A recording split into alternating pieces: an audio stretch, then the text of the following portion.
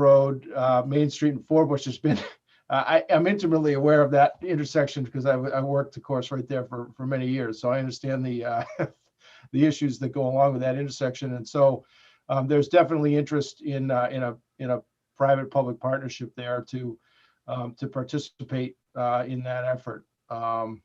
So a lot of the engineering issues we can go into if you're interested, but we've advanced we're really just looking for, and again, appreciate the opportunity to present it and just looking for feedback from your committee.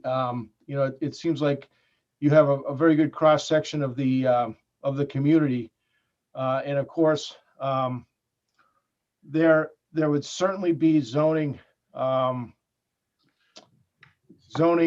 changes that would be required to make this type of concept a reality on this parcel. So we're really interested in hearing your comments or concerns or any questions that you might have.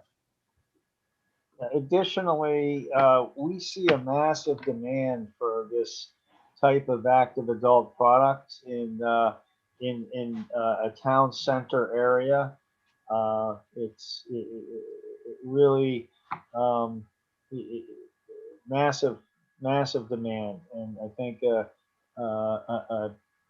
really well done historic Bolton building for active adults would be terrific in this location, and in having a common on the corner close to connecting the school to this town land as a common, and anchoring with Duncan's seems like making this area a very vibrant spot in Bolton.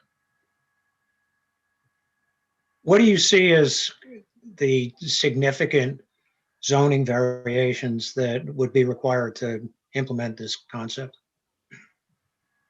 I can address that if you want, Bruce. Yeah, please go ahead, Greg. There would be no by right mechanism at the moment for this type of residential density. So that would be one thing on this parcel. This parcel is zoned business, and so we would certainly need some, I guess something by way of an overlay district or something that would allow this type of residential density on the site. The drive-through is certainly something that is not currently allowed in Bolton. So and as Bruce said, we definitely think that there's a need for it, and we think that there's demand for it, particularly in these type of after the year we just went through with coronavirus. It becomes sort of, we're keenly aware of the demand, but I just think that there's certainly a demand for that, but that's something that we would need relief for. And just it's not in the village overlay district per se, or another mechanism in town that would allow a mixed use like this. So we would just need, the zoning would have to be, we'd have to resolve those issues with some sort of mechanism, be it a new zone or a zoning overlay district or something like that that would allow those types of uses. Am I missing anything, Bruce? I think those. No, I think that we would envision working with the town of Bolton to create an overlay district through a town meeting vote as a new overlay district bylaw. I think that would be the process if there was interest. Have you talked a couple of questions about the active adult housing? Will there be a range of condominium sizes, or is it going to be essentially consistent all the way through it? I think that we'd have a range of sizes, primarily 2-bedroom units, though. Mm-hmm. A range of sizes from 1,200 to maybe even as big as 16 or 1,700 square feet. Maybe with the average being 1,450. Okay, and the parking versus businesses, it looks to me like the parking is on the lower side and the short arm there. Is that correct? Yes, the parking, the parking would be under the entire building. Oh, okay. I think that what you're seeing is in the first floor of the building, we have retail space. That's what you're seeing with the sort of a little bit of a different line in the front section of the building. Even going back further, if we keep going back, yeah. So that front section, that front 5,200 square feet is retail space, and then the rest of the first floor and then the of the building is would be active adult, and then the rest of the building, the 2.5-story building, would be active adult space. Okay, so where is the parking under the building? It's under the entire building. I see. So Okay. The whole Right. the entire lower level would be parking, and we would have 38 units of parking underneath the building, and then we would have additional parking, surface area parking outside. But each unit would have one basement parking spot. In terms of retail, I mean, there's been lots of discussion over the years about the importance of having walk-to amenities for this type of housing. Have you any thoughts on how that would be structured? What types of retail you would have in there that would attract people? I think that we're open to the market and interested in seeing what type of interest and demand we can get. It would be great to have a couple of casual dining spots. And we've had a dental group that's expressed interest, so we can't really say for sure what the uses are going to be at this point. What are you looking at for water and sewer? Greg, why don't you go ahead with that? Yeah, sure. So this development would require a public water supply. And we actually envisioned that during the permitting process for the subdivision next door. So this, of course, was part of the 30 some odd acre piece. I think this is a 5-acre piece roughly. So I'm using nominal language here, but when we permitted the subdivision, we in working with the planning board during that process, we specifically left this parcel so that it could be developed for some sort of business use. And we assigned through a nitrogen aggregation plan for the wastewater, we assigned a certain amount of wastewater flow for this project. So we would have so this project would have the benefit of the nitrogen aggregation plan for the wastewater that was already done for the entire parcel. So as a result, there's about 6 or 6,500, I can't remember, 6,500 gallons of wastewater that's available for this development, which is sort of, we've laid the uses out and things based on that flow. And then there would be public water supply wells that would be placed in the back here of the site. Again, we've envisioned those sort of from the beginning, not knowing exactly the specifics of the development, but so that would be permitted. The public water supply wells would be permitted through the DEP approval process for non-community, a transient non-community water supply, which is how it would be classified. And the wastewater would be an on-site septic system, less than 10,000 gallons a day, would be permitted locally through the Board of Health. Okay. Have you done any drilling for the public water supply? We have not yet. Okay. Nope. The wells that we've drilled in Tadmore have, although they've been fairly deep, have given us really good water sources. Okay. Are they into bedrock or into gravel? Both. Okay. Okay, any other questions? I was just hoping you could walk me through the traffic flow again. I don't know if I missed it, but I'm just having a hard time visualizing everything. I can do that for you.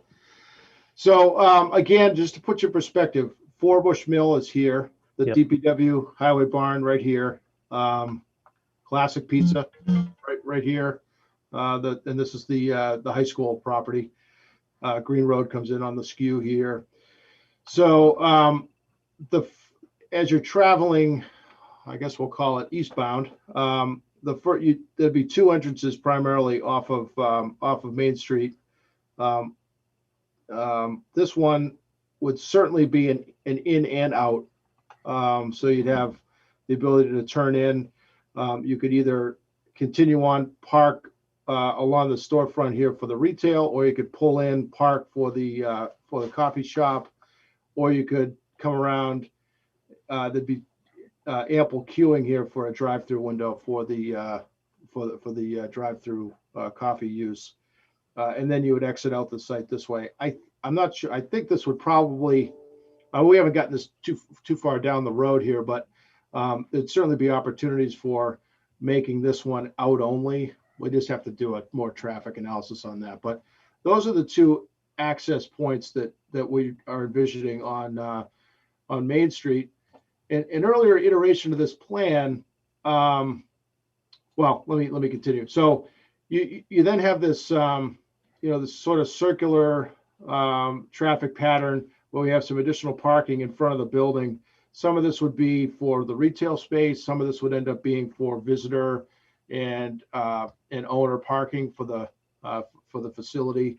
We'd also have additional parking along here that would likely be used for the owners of the condo, the residential owners. And then as Bruce was saying, another significant feature is taking advantage. The grades here kind of fall off. Main Street is the land in the site is higher relative to the back of the site, so we have an opportunity to create a walkout here condition and access the basement here for a drive under parking garage type of situation where we could put interior parking underneath the units. So you would access that through this circular driveway right here, enter and exit the same way. And of course this would be a two-way, but we've also added this access, and we envision this primarily being for to provide a way to separate residential traffic from the commercial uses, which would more likely be associated with the highway corridor. So these types of uses are really being driven by folks commuting to and from. Not that there's any commuters on 117 in the morning or the afternoon, but we in an earlier iteration of the plan, we actually did not have this connection, but we thought that it might make sense just to have a more of a dedicated residential access for the residential component of the site, to keep those two things separate. Got Are it. you contemplating sidewalks along 117? Absolutely, yes. It's hard to see, but the sidewalk that was constructed as part of the Tadmore development actually goes across this area now. It kind of meanders. We would certainly need to reconstruct that in some fashion. So we would tie that in And then we would continue it across the frontage, for sure. And Have then you it would also tie into the interior. We'd have interior sidewalks as well. Have you looked at the conceptual designs? And I haven't seen them myself for that might be proposed for that intersection and what the implications of that, for instance, traffic circle would be? We know, haven't had the benefit of seeing those. Yeah, Okay. I haven't, but Love I'd love to. to. I'd love to see them. Yeah. Just for my own benefit anyway, but I would like to see them. I don't know how far advanced they are or not. I wonder if does anybody have any visibility into that or, No, I don't. I'm curious, yeah, me too. but it may be worthwhile following up. Okay, I don't Yeah. have any more questions. Anybody else? I have actually. Is this common area an open space Yes, or is it enclosed? It's an open space, It is open. a gathering space next to the terrific traffic patterns where one can go and sit and breathe carbon monoxide. One of the things I was thinking is somebody who might at some point want to live in some place like this.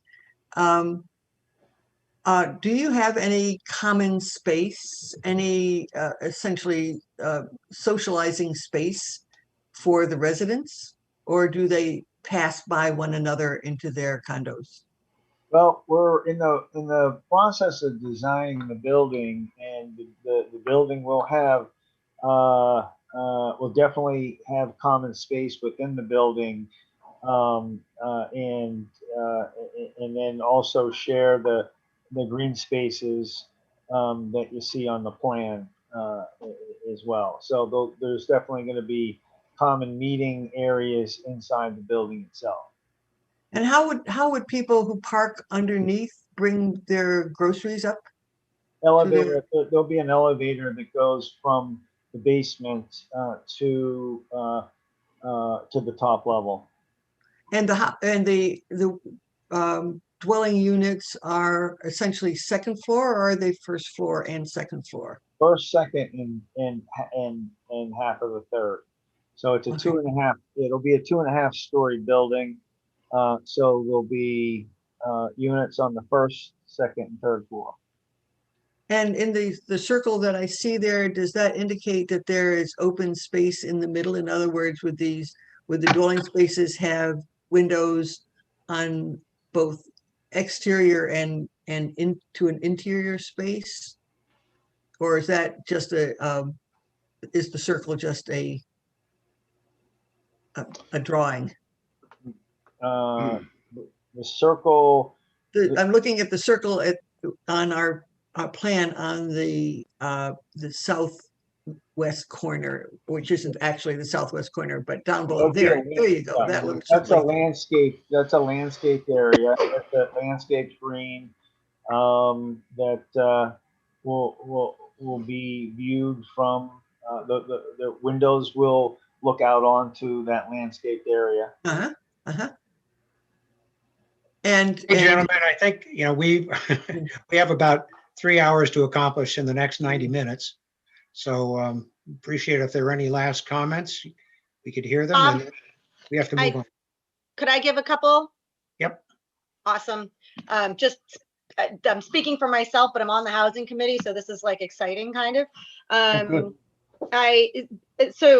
The likes just super quick.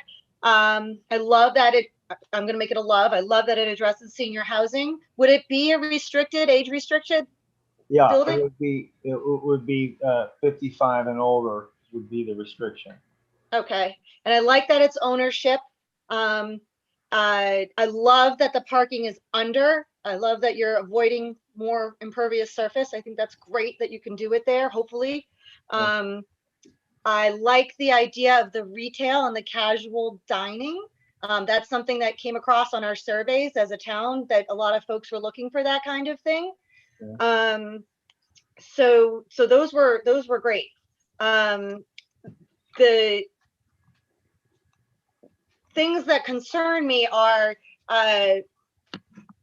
you're gonna pull, the retail there is gonna pull kids from the high school for sure, across probably the most dangerous intersection that we have in town now. And so I appreciate what you said about working with the town and some kind of a private public partnership there. So I would just highlight two things that are of concern to me. One is 100% the traffic situation there and how you will be attracting with some of this retail potentially if it becomes restaurants, which is, and I'm fine, like dental or whatever. I think that kind of fits in to Bolton. And I think there's a need for the restaurant side of things. But something's got to be done safety wise in that intersection. The Agreed. Dunkin' Donuts and the drive-through, for multiple reasons, concerns me. And I Okay. will just leave it at this. I think there might be a better option there than a Dunkin' Donuts, and that's just a personal opinion. Okay. Well, we're going to remain open-minded about that. We certainly were very open-minded about the drive-through aspect of it, but we'll remain open-minded about the use of in that area. Although it is attractive to have a strong anchor in that position. Understood. Yeah, That's what we were seeking in Duncan. understood. Do you Okay. own that Dunkin' at the other end of town? Do not. Yeah, but you know what, Duncan, there's a Duncan across the street from another Duncan in Hudson. They both are packed. I don't think that's one worry at all. I just have one other quick question or one idea is one of the things that concerns me as we look at this, it is an overlaid on hundreds of trees. And with our impending crisis, climate crisis, stripping out that many trees, I think I would want some kind of compensatory. I'm not sure, but I don't like that. And I realize that the design requires it. And so I know that some discussion about how one would compensate for that in terms of climate remediation. And I think there are some processes by which that can happen. For starters, we would have a heavily landscaped site. I know that doesn't that doesn't complete the loop of the tree removal and the creation of impervious material, but we're planning on having multiple 3 different heavily landscaped sites within the development and trees and trees surrounding all of the perimeter areas that you can see as the circles on the plans. But I think that's a great point. Okay, well, if there are no other questions, thank you, gentlemen. This has been very useful. I think just to wrap things up, we are working on the architectural plans, and I would like to come back to your meeting in March and share more specific architectural plans, and then a more specific concept of what the overlay district would look like specifically to accomplish this. So those are the 2 things that I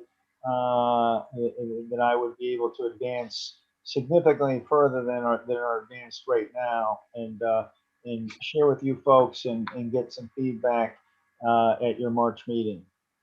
Okay, we'll coordinate with you on that. All right. Thank you so much for your time. Great, thank you. Thanks, everybody. Appreciate Good it. night. Thank you.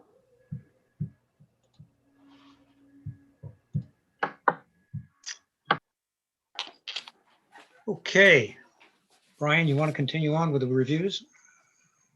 Sure, and we'll try to keep it real quick. Ken, did you Sure. want to? Okay. there were really three things that we discussed as far as population and finances were concerned. And two, you could say, are sort of outreach related, providing information to the public.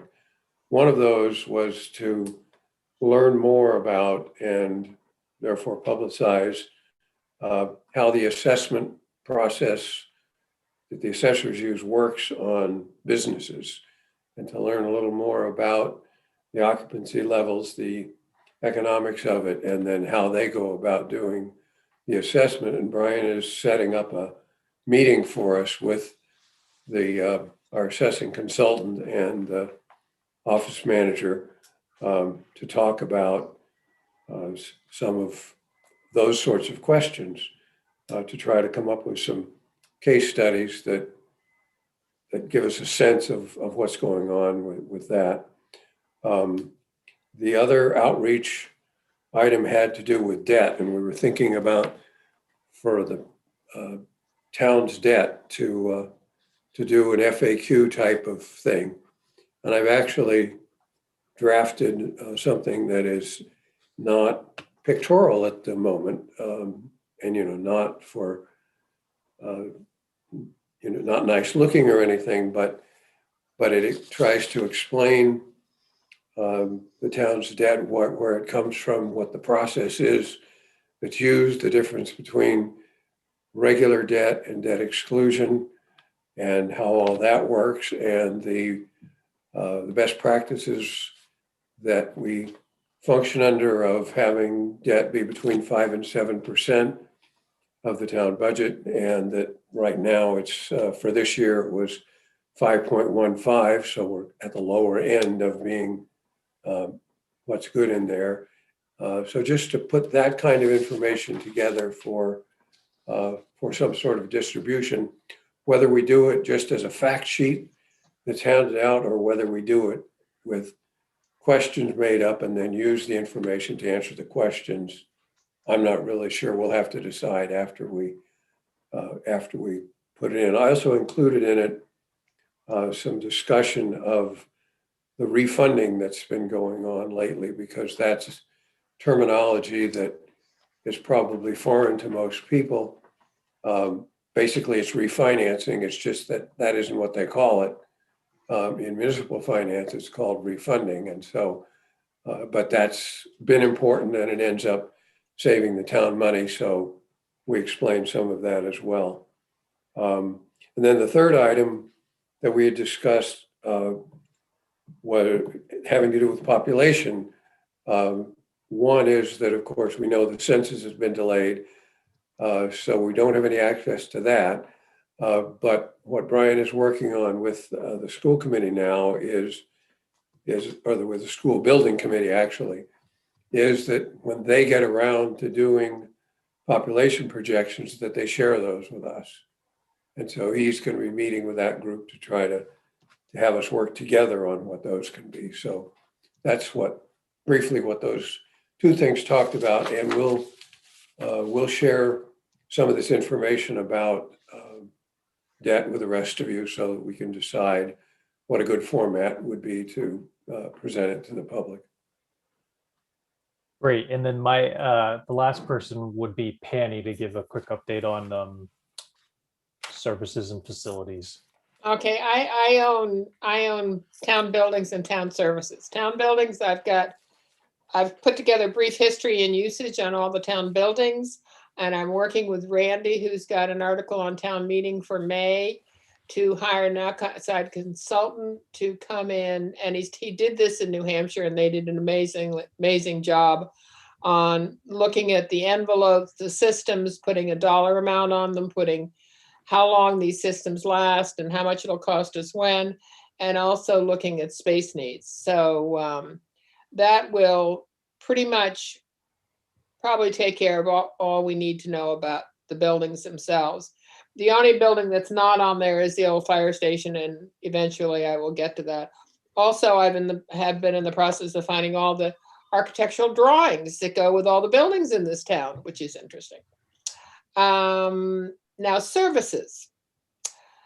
we have a lot of services in this town, and I'm trying to figure out how to bound them and how to, how you figure out over the years how services will grow and how much, what the need will be. And that one's got me thinking a while. So, but Brian and I are working on that. So, short and sweet. Anything else? Perfect, perfect. So that's everybody I met with.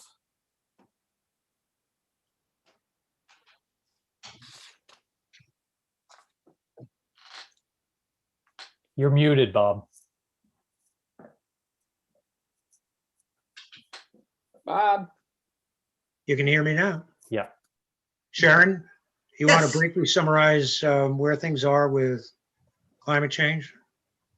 Okay, well, since I'm the newest kid on the block here, I think that I'm trying to get a handle on this. Bob and I had a really nice arm wrestle this afternoon on his summary of what he saw the climate task group should be doing. So I'm not quite sure how to summarize this. I'll see. Bob can jump in if I'm not characterizing him. Watch out. He was right. he was focusing on the need for data, kind of first and foremost in terms of what our output should be. I was focusing on the need for action. And as I said to him, that I oftentimes think back to a child whom I admire a great deal, Greta Thunberg, who says, for God's sake, the house is on fire. We don't need to do some data analysis to understand what we should do just in case the house gets on fire because it's on fire.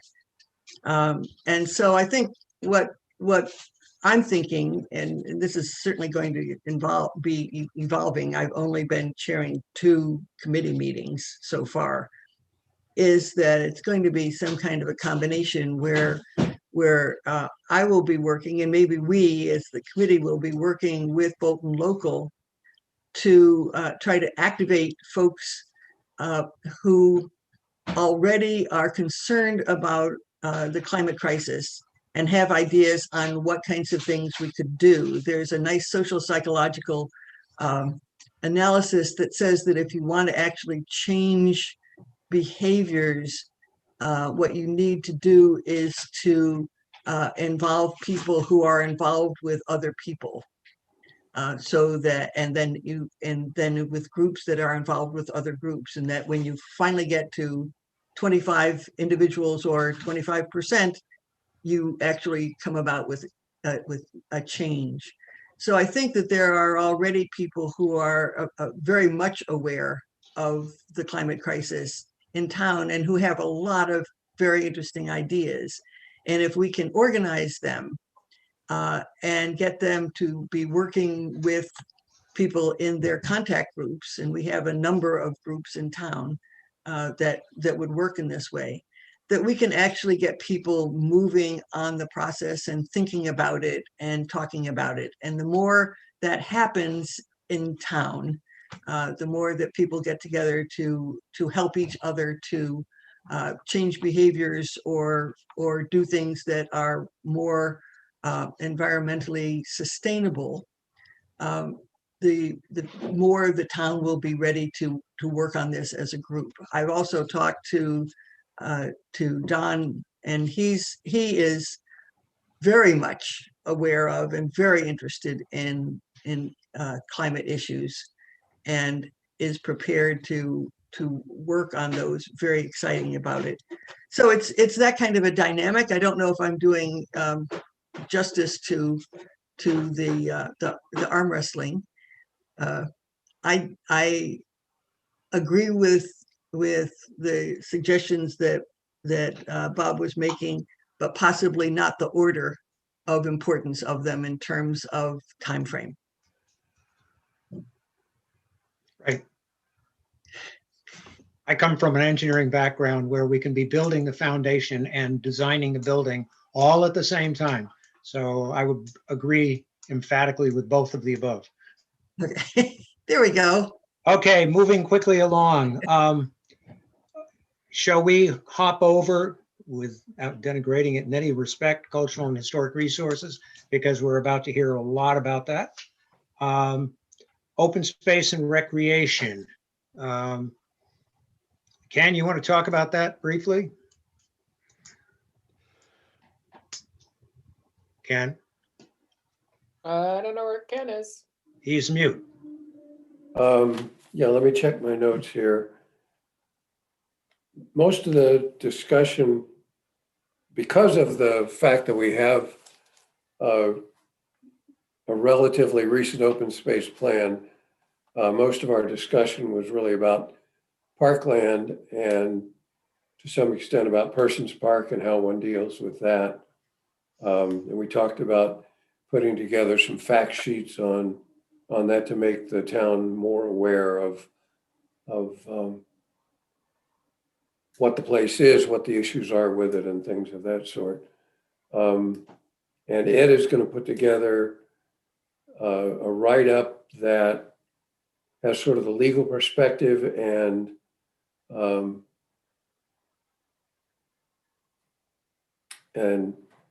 basically with an objective that would come out of our work to come up with a plan for what the town does with Persons Park.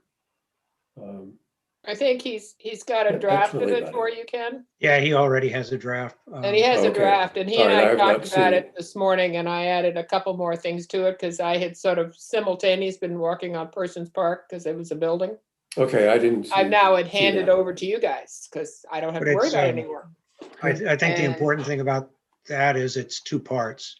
One is the immediate information about Persons Park, and secondly is looking into the future of what happens if the Boy Scout land for the town beach disappears. So we need to think about that. But it's a good conversation, and we all agreed that it's time to put a plan together and execute it. But also just to be aware that to the best of Ed's knowledge, the Boy Scout camp is not up for sale. Not yet. No, Yeah. but apparently when I asked him why, he pointed out that the Boy Scouts financially are in deep doo-doo. But because the properties are controlled by the local Boy Scouts, and also a lot of them are in trust, they are protected from outside lawsuits, which sort of protects it from the need to sell the property to solve the Big Papa's problem. So, it's something to think about. Okay, public outreach and communication. Kia, you want to talk about that? I just want to tell everyone that while you're talking, I am adding items to our communication log. Things that you guys have mentioned, I'm now putting down, little reports and stuff. And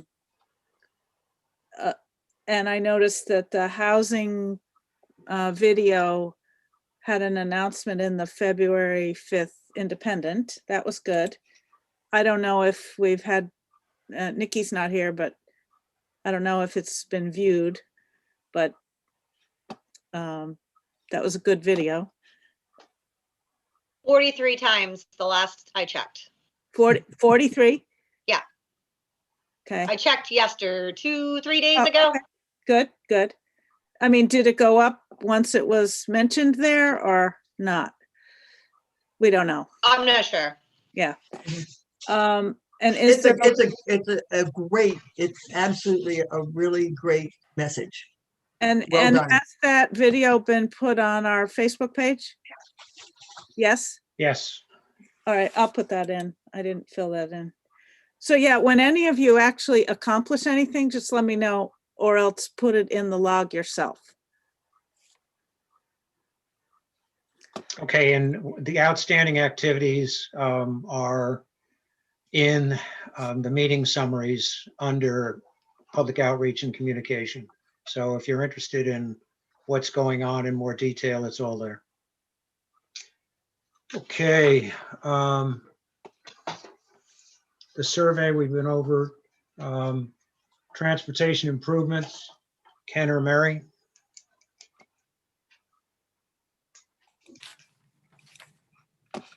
Okay, I will go through our notes here. And Ken, please help out with what we discussed with Bob. But we discussed looking into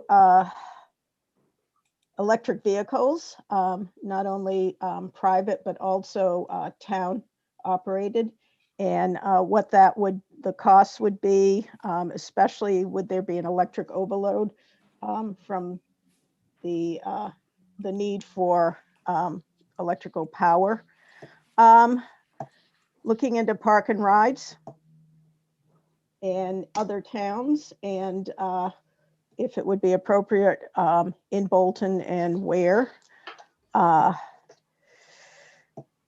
Also, the commuter rail that Stowe and Maynard are now looking at commuter options to get to the train station in Acton, and to reach out to them and see how we can tie in with that, if at all. Also, looking at mobility options within town. So we're going to include not just motor vehicles, but also working with the Complete Streets program, mobility for all users. And also looking at other towns to see what they're doing with mobility. Ken? Kind of related to that, we wanted to talk about, we talked about sidewalk clearing in the winter and how one went about getting that done and what the implications were, stuff. So that's something that would be looked at in the long run on that. Yeah, and sidewalks out of Complete Streets. Brian? Yeah, I had a transportation related question, but maybe it's for Erica. I know I don't know if she can hear us or not, but I saw that, oh, there you are. When will we know the results of the MOBD grant application that you and Stowe co-authored? All right, that's a really good question, and I really don't know the answer to it. In speaking with the town planner in Stowe, both he and I believe we'll know relatively soon, just because the work needs to be finished by the end of the fiscal year. So that doesn't really give a lot of time, Right. to complete a project. So we're anticipating within a couple of weeks, we'll know. So, and just in case everybody didn't have a chance to see, it's Stowe and Bolton have applied for $100,000 grant for comprehensive examination of 117 from Stowe to 495 interchange. And so it seems like it would include some potentially great recommendations for us to consider too, if we get the money for it. Thank you for doing that, Erica. Oh, Yeah. no problem. It was more Stowe, to be honest with you, but happy to jump on board.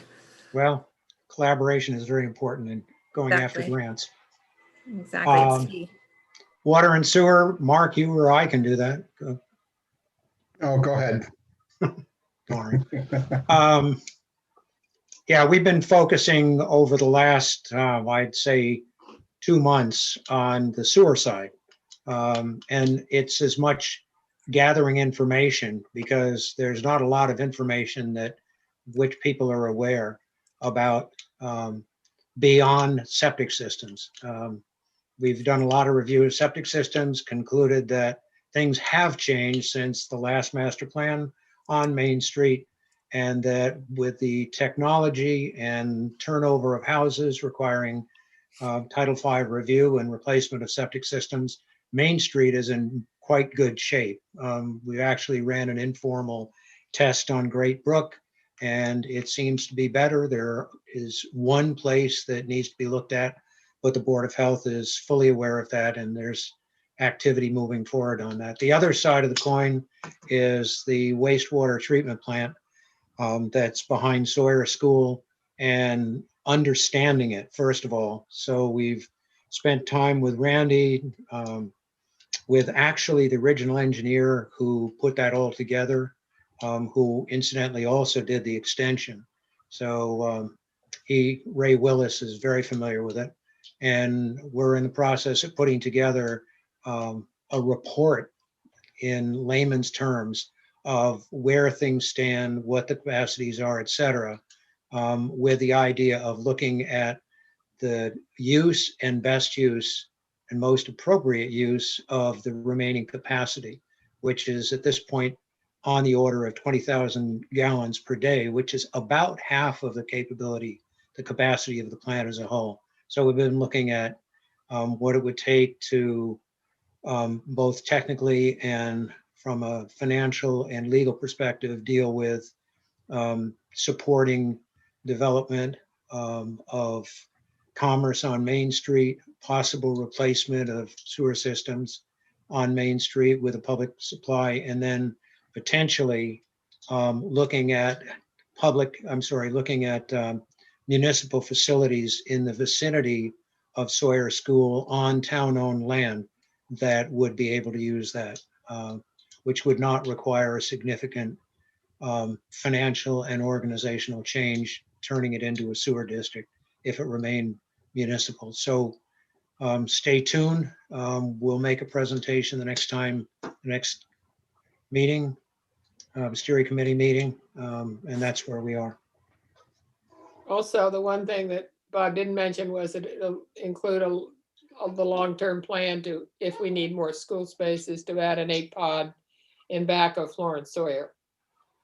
As that was always, it was the only place left to build a school. And that land is clearly still available. Yeah.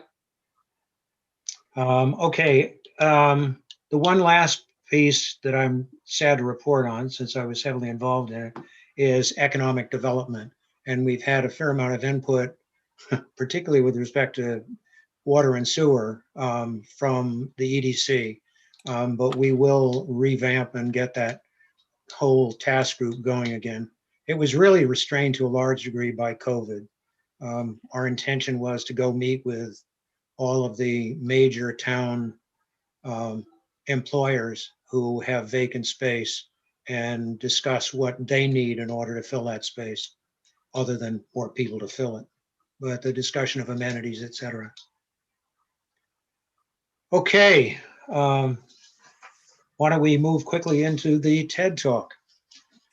Did you just want to mention the land use group and how we? Oh, I'm sorry. We intend to create some maps with, depending on what other groups are going to be required. I mean, we just had a big meeting this morning, so we're not really ready, are we, Erica? But I mean, we have a list of potential maps, and a lot of them are supporting what everybody else is doing. So it's just, I'm just throwing that out there that people should think about what they may eventually need. I think that's a really important point, is start understanding what your needs are for mapping and just for data in that, in that respect. And one of the priorities out of that meeting this morning was that we'll try to get you the land use data as soon as we can. We'll get you a map for that. So. But for Yes. example, I think, some committees may want to task the land use group, or at least include the land use group in trying to solve some of the problems and issues that you are uncovering or developing. I have a question for you guys in terms of maps. Like how soon do you want to know from everybody what maps they think they might need? Like, what's the time frame, I think, is what I'm asking. Bob, maybe a good way to approach that is, why don't I finalize that list we went through this morning and kind of publish that to the group, and then you can kind of go through that and work with that and let us know, we need a map that shows this or that based on the research we've done so far. Maybe we start there. Because I was just gonna offer that I'd be happy to kind of be a liaison with the land use folks on this whole map collection, thinking through things with each of the task groups. So if I can help in that way, I'd be happy to do that.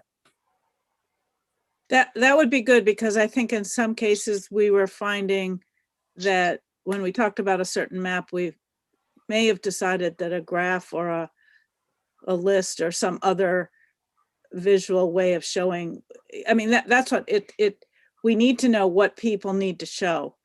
And maps can do a lot, but also we don't, I mean, yes, that would be good if you can think like that. Okay.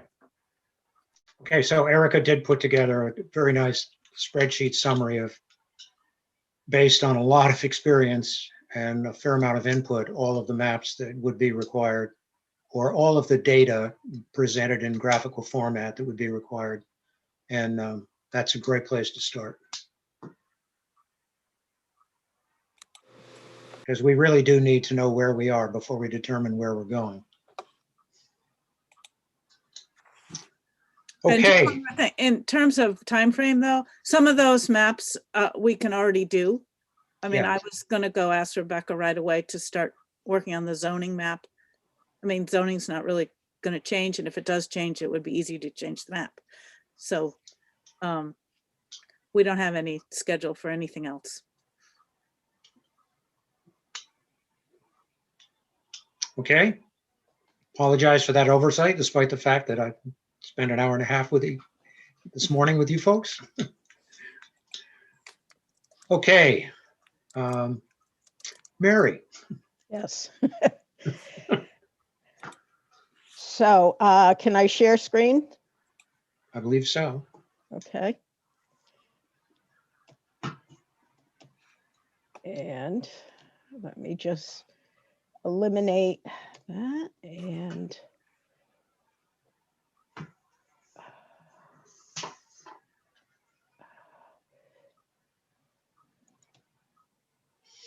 okay, so cultural and historical resources. In the task group, besides myself, is Bob Bush, who is at the meeting today. Thank you, Bob, for being here.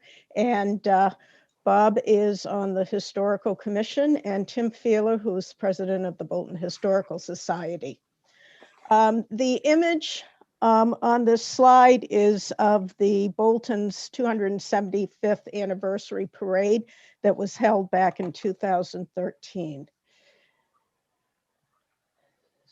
So what makes a town special? And it's not just one thing, it's a combination of things: visual, cultural, historical, social, and environmental. And all of these things give meaning to a location. They are what makes a place special, makes it unique, and creates a relationship between the people and their surroundings. And it also makes our physical surroundings worth caring about. Cultural and historical resources can be broken down into two things: intangible assets, such as customs, the arts, social institutions, achievements of a particular nation, people, or groups. And the physical assets, such as archaeological sites, historical structures, objects, documents, and landscapes. So looking at the master plan survey, what people found that the characteristics that they think make Bolton special was that they value that we're a small community. They love the rural charm, and they find it an ideal place for raising a family. There's also a strong desire to protect open space, scenic landscapes, to preserve the farms, and also encourage historic preservation. 68% of the respondents are aware of what's going on in town, with their information coming from a variety of sources. And there's an interest in attending cultural activities, especially fairs and outdoor events. So for intangible assets, showing our community spirit and cultural activities, this is just a short list of the many organizations, committees, and groups that provide programs, activities, raise money for causes within the town of Bolton. So where we gather, and we have a list of the different places that people get together in town. With the pandemic, access to indoor space has either been limited or isn't permitted. So the outdoor spaces are providing people with an opportunity to meet, especially the town common that has become quite popular for groups to hold meetings. Exercise classes are held there. The Council on Aging is doing drive-throughs. And now that we have snow on the ground, there's a lot of sledding that's taking place there. But as the town grows, is there going to be enough space for everyone? So what will be the space needs? And of course, Municipal Building and Services with Penny task group they're going to be addressing this in more detail. But if you look at Town Hall, space is a problem. First of all, there's a lack of space, and also the open nature of the offices is very problematic for the people who are working there. Committee meetings. It's a balancing act to accommodate committee meetings scheduled on the same night. So there's a need for more space for that. The senior center. So with the senior population in Bolton at 23%, which is almost 1 out of every 4 people in town is over the age of 60. The senior center currently doesn't meet the needs of our seniors. The meeting space is 1 room with a 50-person capacity. So if you want to do more than 1 activity, there's really nowhere to go. There are 2 small offices for the director and the outreach coordinator and to use. There's limited parking, difficulty gaining entrance to the building, and some seniors find the space to be very unwelcoming. Survey results show that 35.85% would like to see a community center. In speaking with the Council on Aging and Parks and Rec, both feel a community center would allow for a lot more program options. Also, we're starting to reach out to people in the moms groups, and they also see a need for playgrounds, which right now they go to other towns to get together. Volunteering. So basically, Bolton runs because of its volunteers. And when the survey asked the question on participation in volunteering, only 26.8% showed a strong interest in it. Some interest, 60%, which is pretty high, and 12% had no interest in volunteering. During the pandemic, it's changed the way that people have volunteer. Some organizations have had to shut down, making volunteering difficult, where others have seen an increase in people willing to help in providing community services, like grocery shopping or running errands for people. As the town grows, though, can we sustain what we have now? So if you look at the big projects, such as the library expansion and renovation project, that requires intense effort and a time commitment, also serving on town committees. And at the moment, there are 10 open seats on town committees. There are also some organizations that are struggling to maintain or recruit new members. So here's some examples of cultural activities. Memorial Day observance at Pond Park with the Boy Scouts, and the 3rd grade town center walk with the Bolton Historical Society, Bolton Fair, and the senior cookout that's held at Davis Hall every year. Unfortunately, it was canceled last year because of the pandemic.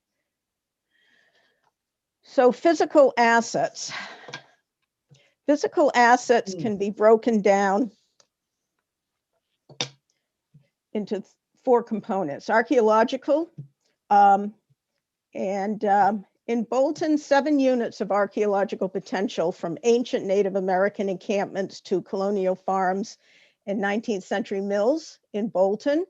There's also a growing interest in Native American ceremonial stone structures. Historical structures, the property survey identifies 211 structures in Bolton that are over 100 years old. Of these, 84 are over 200 years old, and many are approaching 300. Documents and objects, Town Hall, Historical Society, and the library house extensive collections of documents and artifacts covering the town's long history. And landscapes of many scenic trails, farms, and overlooks, plaques and markers which highlight important locations. So we have a few examples of physical assets in town. The Civil War tablets, there are 2 of them at Town Hall. They were installed in 1886 to honor Bolton men who died during that war. And the David Whitcomb Inn, an example of a historical structure. It's the oldest house in Bolton, built in 1700. For documents, here's an example of town meeting minutes from 1787. And this particular page is open to Bolton voting on supporting the ratification of the US Constitution. And Heritage Landscapes is, this is a picture of the old Lancaster Railroad bed and my dog Woody, who's also in the picture. So Heritage Landscapes, they're special places created by human interaction within the natural environment that helps to define the character of a community and reflect its past. So this particular heritage landscape is within the larger Bolton Town Center heritage landscape. And you wouldn't think of the town center as a heritage landscape, but it is. So Bolton assets to be preserved and why they're worth preserving. And this is from the preservation plan of Bolton. So Bolton's historical resources can be broken down into 3 time periods. And it's the landforms that left by the glacial actions during the Ice Age basically have determined how our land has been used and is being used. Our landscapes were used by Native Americans during 10,000 years of existence, and they provide an opportunity to tell a part of Bolton history that has not been adequately explored. And then our sites and structures from the 350 years of European settlement provide an opportunity to tell the adventure that's the history of the United States. So how is Bolton protecting and preserving its physical assets? With the Bolton Historical Commission, and of the many tasks and responsibilities is creating a historical property survey. And it's an ongoing process by the commission. It consists of inventory forms that were developed by Mass Historical Commission. And on these inventory forms, they identify and record information on the location, appearance, and condition of Bolton's historic, architectural, and cultural resources. Copies of the survey are available for viewing at Town Hall, the library, and at the Bolton Historical Society.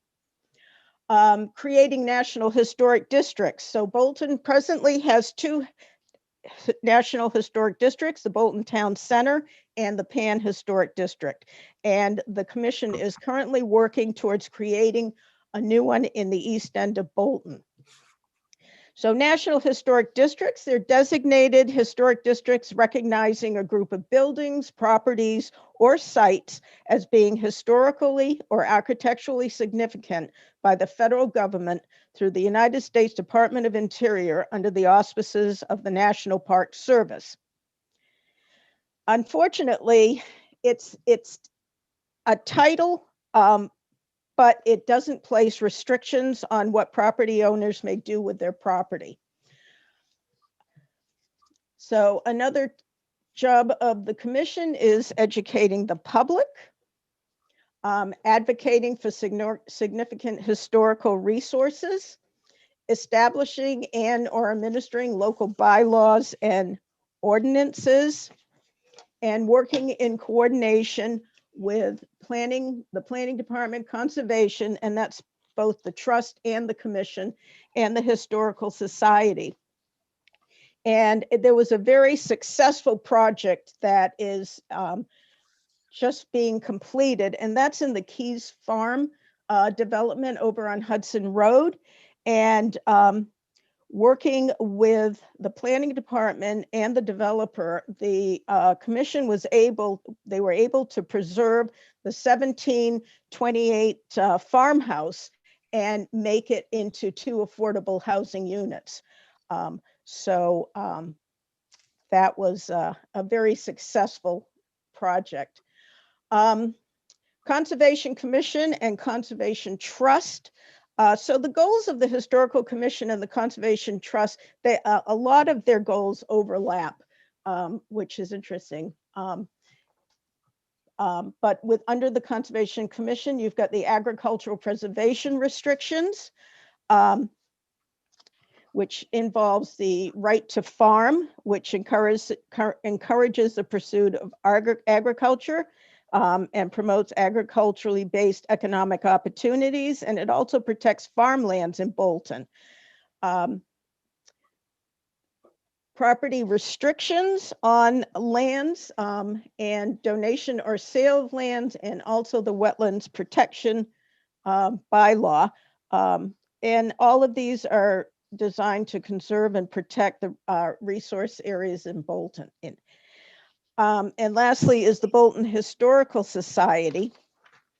And the Bolton Historical Society houses over 8,000 documents, books, photographs, and artifacts within the property. So protection through local bylaws. Under general legislative bylaws, we have a demolition delay bylaw, and that is a procedure for reviewing requests to demolish significant buildings in order to preserve, where possible, historical, cultural, and architectural heritage of Bolton. It allows the Historical Commission to delay by 6 months the demolition of a building that is 75 years or older and is determined to be of historical significance. You have the agricultural preservation right to farm bylaw, which I mentioned earlier, and the wetlands bylaws and regulations. Under zoning bylaws, we have the scenic road bylaw that designates as scenic roads, and 42 roads in Bolton are designated as scenic roads, and the character is protected so that any work that is done should not involve cutting or removing trees, tearing down or destroying stone walls without the written consent of the planning board after a public hearing. Barn, stable, and carriage house preservation bylaw. It's the purpose to preserve existing detached barn, stables, and carriage houses built before 1925 to provide flexibility for many uses, such as accessory apartments, photo studios, craftsman studios, antique shops, bed and breakfast, etc. Farmland and open space planned residential development, FOSBRED, is designed to protect agricultural and open space and the rural and historical character of Bolton. And it provides landowners with an alternative to a traditional subdivision that allows houses to be built in a way that is more in harmony with local site conditions without increasing the density of new developments. Examples would be Houghton Farms and also the Keys development that I mentioned earlier, where the 1728 farmhouse was preserved for affordable housing. Design review criteria, it encourages preservation and renovation where possible. And the line of sight at intersections, among other things, excludes stone walls and historic structures from removal. So missed opportunities, and we have a few here. So back in 2013, a committee was formed to pursue creating a local historic district in the town center. It was set to go on the 2013 warrant, and unfortunately it was pulled because of local opposition. But a local historic district would protect the area of its architectural and historical integrity through a range of protections. But it would require town approval, town meeting approval. Community Preservation Act. It was brought before the town twice and it was defeated. CPA, it allows communities to create a fund for open space protection, historic preservation, affordable housing, outdoor recreation. There are many, many things you can use with CPA money to improve your town. The monies are raised locally through a surcharge of not more than 3% of the tax levy against real property, and it has to be adopted by ballot referendum. Of the towns that surround Bolton, only Clinton and Marlborough have not adopted CPA. The town of Stowe, which was a member way back in 2001, has to date received $4.8 million to date. And their project ranges from open space, recreation, creating playgrounds, historical preservation of buildings, affordable housing. And then lastly, the town vault. There have been 4 efforts to build a fireproof vault for storage of important town records and documents. And some of these documents date back to 1738 with the founding of the town. Towns are required under Section 11 of Chapter 66 of the Massachusetts General Laws to provide and maintain fireproof rooms, safes, or vaults for the safekeeping of town records. There is a non-compliance fine of not less than $10 or more than $500.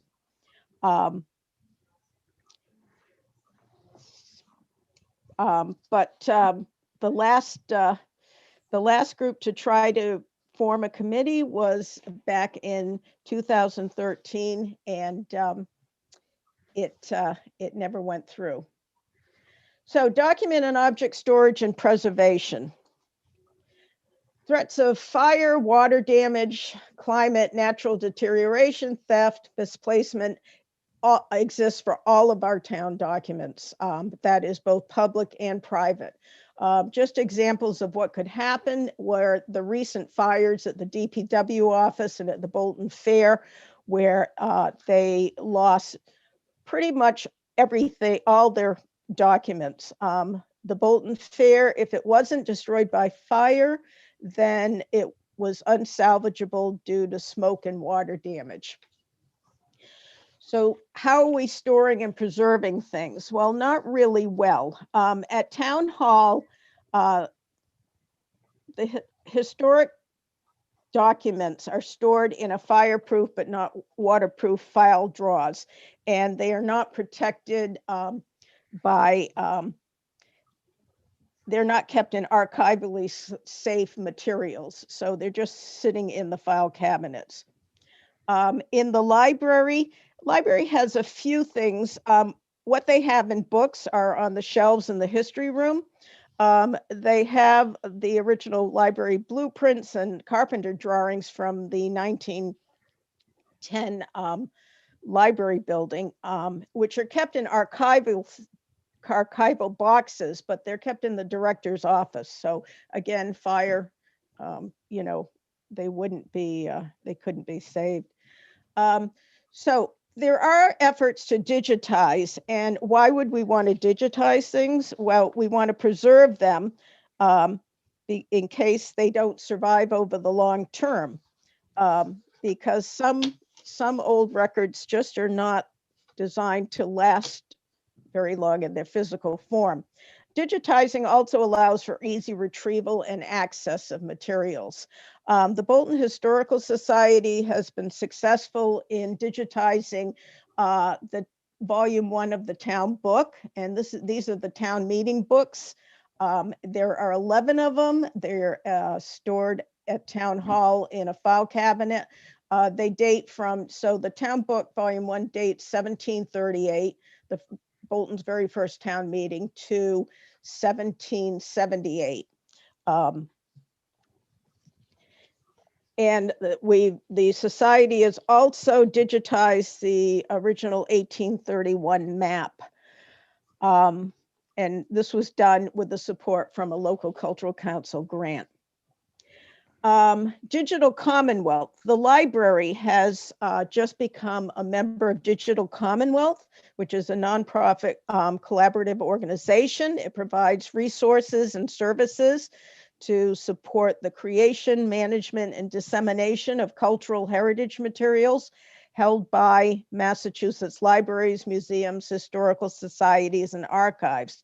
As a member, the library will be able to receive free digitization services.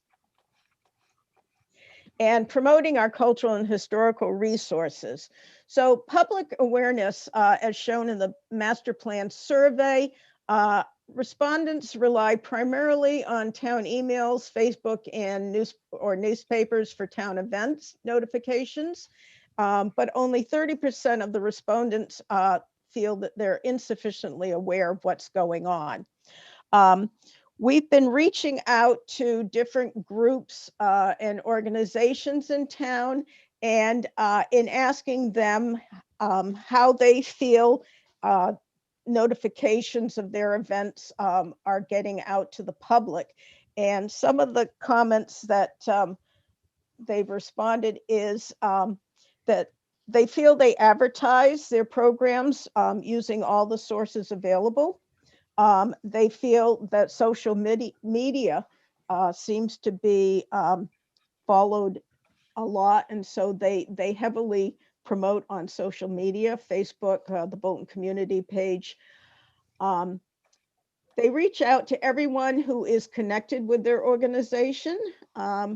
They have no way of knowing if their information is being reached. And they also feel that new people moving into Bolton are not, if they're not aware, they tend to gravitate toward their areas of interest. Town website could possibly include going-ons in town, and also partnering with other organizations to reach a wider audience sometimes helps. So how are we promoting our historic resources? Well, acquainting and this is the Historical Commission and the Bolton Historical Society, as well as the Conservation Trust. Acquainting new owners of historic properties with the history of their property, giving tours, house tours, cemetery tours, town center tours, newspaper articles, Facebook postings, school programs, historic plaques, giving new developments historic names. So Keys Farm, Houghton Farms, Tadmore, and also the QR codes on conservation trails give a lot of information. In the survey, respondents, only 21.11% of respondents are interested in historic activities. So we need to do better. And that concludes my talk. Well done, Mary. Yes, yes. Thank you. Not my Very thing. well done. Any questions? So to follow up, what is next for our task group? So we're going to be reaching out to other towns, trying to get input from residents and stakeholders, hopefully through public forums, developing contingencies, providing for the impact of future development, both commercial and residential, and going to start looking at projects at their costs and projected funding. Excellent. Question? Excellent. The only one thing is, I don't think we did a CPA vote in 2018. That's not right, is it? I checked the town warrant It article. was voted on in town meeting and it passed at town meeting, but then it did But not pass Failed at the It polls. passed on it, polls. yes. That's right. in 2018? Yeah. Correct. I think Mary It said came back up. 2013 on the slide. I think it was 2013. Oh, I see what you're saying. Was it earlier? It wasn't 2018. Yes. Okay, well, Okay, Is that the whatever. not subject to debate. What it is, Yeah. it is. Yeah. But it's failed twice, which is, when you look at what Stowe has done, It's terrible. Yeah, it's terrible. it's terrible. Okay. Let's see, Brian, you want to briefly talk about our conversation with Ralph? Look who's joined us. Yes, Why well, why don't you cover it for the meantime? Because I'm just keeping an eye on him for a minute, and see, I'm trying to develop the next generation of town volunteers. So I see. Okay. Works. Hi, Start 'em early. Christopher. say hi to Yaya. Hi. Hi. Hi, Christopher. Obviously not under duress either.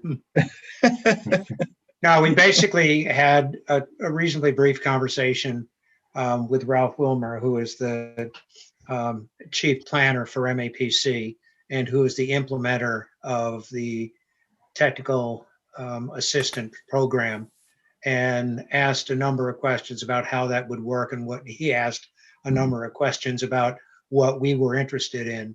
A couple of themes. First of all, we said we were very interested in what they had done in other towns with respect to public engagement, doing their virtual seminars and forums, and the software and approach that they used, and pretty much reached agreement that we could provide a lot of content if they could provide the technical expertise and oversee it rather than develop it. The amount of support that's available is very limited. It's 60 hours, at least initially.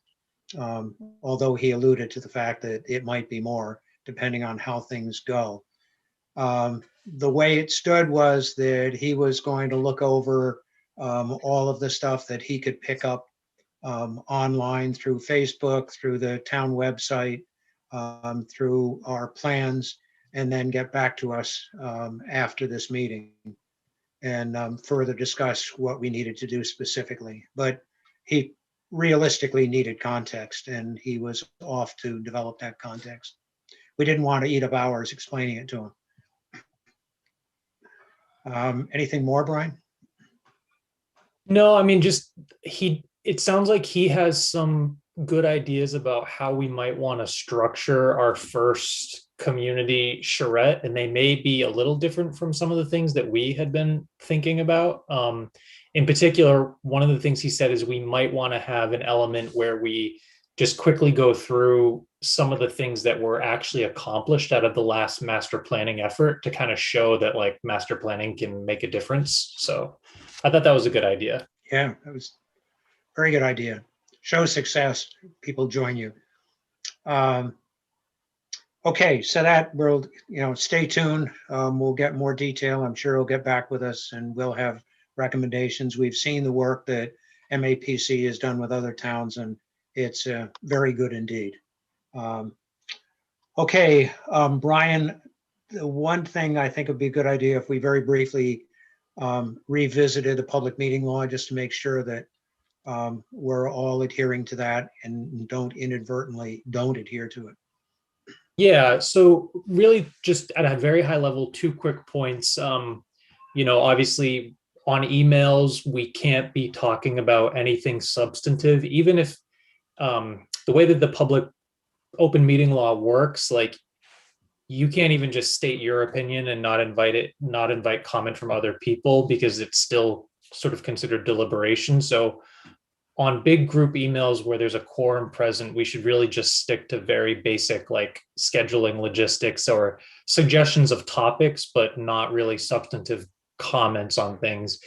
And then the other thing, which I think is just more like for everyone to be mindful of going forward, is that, tonight we had a presentation from somebody with, a development plan. With things like that, we have to be doubly careful about, because we don't have any real regulatory jurisdiction over their projects as the master plan steering committee. We have we have a role to play in like articulating a vision for the community going forward, but we want to be careful not to like overstep our authority and give developers the sense that like they need our approval, because technically they don't. So I think we want to like have really productive conversations with them, but we want to shy away from saying anything that would suggest that like we have regulatory authority over them, because we don't at this point. Yeah, Brian, I was a little bit concerned in the last comment that they had, a pair of comments, that they were treating us to some degree as a regulatory authority. And I think we've got to be very careful about the way that we couch our comments, that we're asking questions and not necessarily giving opinions, because despite the fact that it may be personal opinions, and we make that very, very clear, ultimately they may not be taken that way, and we could run into problems. So you just think carefully about the way you ask your questions and react to their answers more so. Okay, thanks very much for that. The one last thing I had on the agenda, which is an evolving process, is going back and looking at the original schedule, in which we said we'd be done by now, and reworking our overall schedule, the general schedule, and then I'll be going back with the task groups, as Brian will, and looking at integrating the individual task groups, timetable and activities into making the overall schedule work, because clearly the overall schedule isn't going to work unless it's fed properly by all of the information. And Brian's obviously very concerned about that, because he's volunteered to lead the writing group, right, Brian?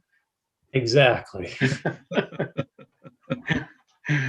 So what, just to give you an idea, and this is, something that we just went through with the water and sewer team, and I'll share my screen, I think. Okay. Can everybody see that? What are we supposed to be looking? Oh, there you go. There you go. Yeah. Okay. Here I go, my project manager genes all over again, but we have to do it. I didn't say anything, Robert. No, I could feel it through the system. But this is what tentatively I put together, and we'll have further discussions about this in terms of a long-term schedule. And I didn't deliberately leave the original start times for all of this to show how desperately behind we are, because I think there's a perfectly legitimate reason for all of the above.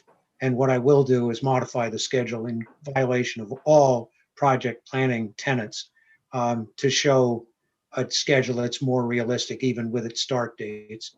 But basically what we're looking at is completion, and I truly mean completion, lock, stock, and barrel, out the door and published by the end of next year, 2022.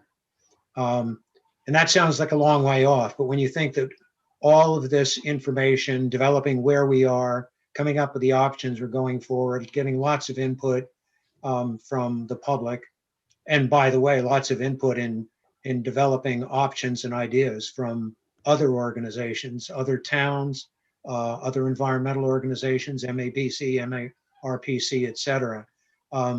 It's not a whole lot of time. So I'm looking at having the individual sections pretty much drafted toward the end of this year. And then a big challenge, and it's an ongoing challenge, is to coordinate and make sure that we identify and resolve and make sure communication is going on with respect to overlap of activities. We don't want reinvention by individual groups, and gaps. There may very well be gaps. And so it's been an evolving process, certainly, about, for instance, housing and land use, climate change and land use are things that are inextricably interrelated. And so we'll need to make sure that as we bring that stuff together, those groups are talking to each other. And ultimately, when the information arrives to the writing team, we have something fairly well organized, fairly thought out, and in the appropriate location and team as the write-ups come in. And then have the overall plan drafted by the, pretty much the end of the second quarter of 2022, which gives us 6 months to go from a well-couched, well-drafted master plan through all the review processes and out the door 6 months or a little bit more later. So that's where it is now. You can see above here, and this is a huge file, but I've just shown the water and sewer part of it and how that would fit into it. Water and sewer is well along on information collection, but has a great deal of work to do in terms of figuring out what the real options are, thoroughly investigated, and make recommendations based on those options. And that's just for water and sewer, but if I hear all the others above it. So a lot of work to do on that, and I'll be working with the individual task groups on looking at a realistic schedule for them to meet the overall needs. So that's all I had. Comments, questions? Hey, Bob. Sasha? I want to apologize if I spoke out of turn with the presentation earlier. I thought you got that they were looking for, like, we were, anyway, it would be helpful. I saw it on the agenda. I didn't really know what it was. But if there's any way to either put on the agenda a little direction as to what you're looking for from us, whether that's just like shut up and listen, or I don't want to misspeak. No, I don't. There's, as one learns in Congress quickly by watching it, there are great ways of projecting perspective without saying so. And the way that you ask questions leads them to think, what does this really mean, without specifically acting like a regulatory authority that ultimately would act on it. So no, what you did was fine. I could have definitely reframed it. I just wasn't sure what my capacity was in responding or asking questions. So it would be helpful if something else comes up, which is wonderful, just to not kind of have a little direction as a member as to what you want from us in response, or lack of, or don't want. Okay, and I apologize for not getting that out. Oh no, that's okay. The general theme of that sort of situation, when somebody comes in to make a presentation that's going through a review and, in essence, a regulatory process, and making recommendations about, for instance, changing zoning, I think we got to be careful that if those questions get asked and personal perspectives get developed, they get developed in hearings of the planning board or wherever else it's being reviewed. So that was it, and no problem whatsoever. But again, that's I think the general guidance that we've got to adhere to. How about at the front of it, if he comes back for another meeting, you have a little disclaimer up front that basically articulates what you just said. Yeah. So in other words, instead of trying to do it by, sort of backdoor, if you will, a mutual understanding of the parties, just say straight out, we're not regulatory. Anything we say is, shall not be held against us, and all that good stuff. But even so, we got to be careful. But yeah, that's a good point. So we don't want to at the same time say ignore everything we asked. Right. But that the other advantage of doing that is also then part of the public record if, God forbid, anything ever happened. Yep. Good point.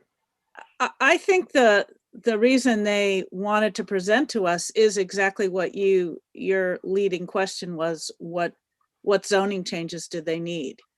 Because we are arbiters of suggesting zoning changes. And so I think that's was their probably ambition, is to convince us that their development is worthy of us supporting the zoning change that would affect their property. Now, I don't think we're on a schedule to no, and that's come through with that, but I think, again, I'm one who would rather have our committees work a lot more before we look in detail at a plan like that. And I mean, I don't think he should come in March to show us his drawings of pretty buildings. That's not gonna help us, is it? Well, I think it may, because it gives us a perspective of what's coming down the pike.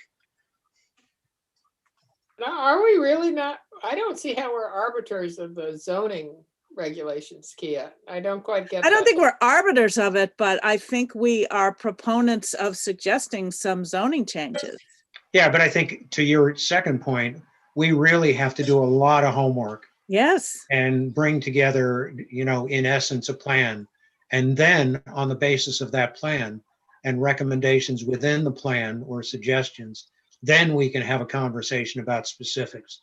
I think we got to be very careful until we know the big picture about doing anything like that. I think maybe one thing we could do, Bob, is between the now and the next meeting, we can communicate with Erica or whoever our new town planner is and Valerie? explain basically how we view our role. And then they can communicate that to the developer and then leave it to them whether they want to spend their time coming to present again. I mean, I think getting 5 or 10 minutes of information would be helpful for us, but I want them to understand that they shouldn't be focused on persuading us to make any recommendations, because I just don't think we'll be on their timeline. No. right. So when we're all finished and done and have recommendations about overall land use and the implications to current zoning, then we can have that conversation. Right. We should have that conversation. Brian, do we have any idea when the handoff between Valerie and Erica is going to be? Almost I think immediately. they were appointing Valerie tonight. Tonight, yeah. Yeah. Well, I think she starts on the 15th. But how long is Erica gonna? I'll email Erica tomorrow and just find out. That'd be nice to know. Well, I had a conversation with Don on Monday about that. And he basically said there will be definitely a significant overlap between them. Yeah, or else Valerie may walk in the front door and run out the back door. No. Anyway, she apparently had heard good things about Bolton, hence her interest. So hopefully she won't run out the back door. Good. Good. Okay, anything else from everybody? It's been a You want good to and set the long next meeting. meeting? Yeah, the next meeting is the fourth Thursday of the month, which I believe March would be the 25th? 25th. Month from tonight. Yep. Would you It's a like wonderful thing motion about to a adjourn? 28-day month, right? Right. The next month is the same. Okay, well, thanks, everybody. Good You want a meeting. motion to adjourn? I would. I make it. Second. All in favor? Aye. Aye. Thank you. I detect Bob, unanimity. what in is these. the name of your cat? We need to know.